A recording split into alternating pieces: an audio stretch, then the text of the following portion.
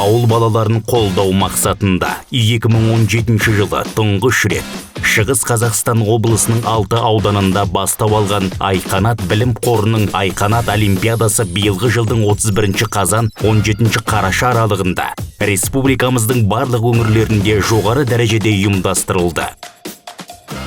Айқанат олимпиадасының бірінші кезеңіне 40.882 ауыл оқушысы тіркеліп бақ сынасты. Олимпиада еліміздің барлық 166 ауданын қамтыды. Соңғы 5 жыл ішінде биыл алғаш рет бірінші кезеңді өткізу форматы өзгерді.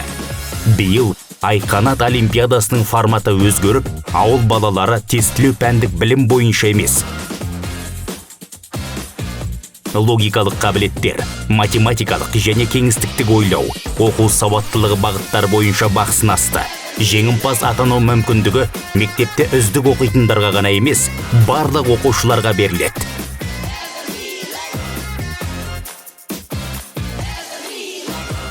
«73 түлек, 78 Айқанат Хай School of Бурабай мектебінің оқушысы, 374 Айқанат еріктісі еліміздің 220 ауыл мектебіндегі 37.692 қатысушыға арнап 500 мотивациялық тренинг өткізді.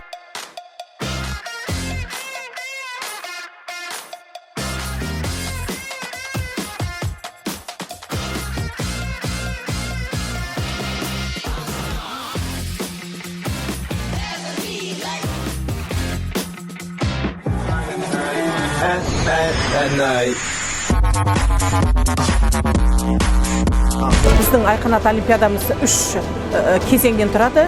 Сол олимпиаданың бірінші кезеңі. Мен де дәл сендер сияқты осы олимпиададан өтіп, қазіргі таңда мектепте білім алып жатырмын. Сендерге тілейтінім олимпиадада сәттілік. Келесі жылы біздің өткен отбасымызда сендерді көре аламын деген үміттемін. И я хочу выразить большое спасибо фонду Айканат за предоставленную вот такую возможность, чтобы наши дети учились.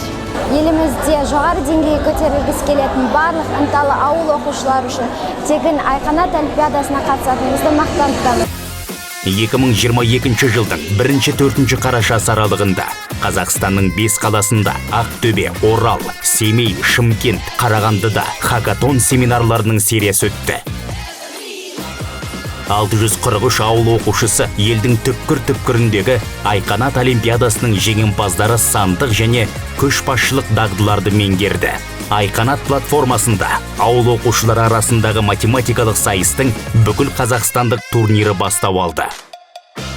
643 қатысушы 19.345 сайыс өткізді. Айқанат олимпиада қатысушыларына сәттілік!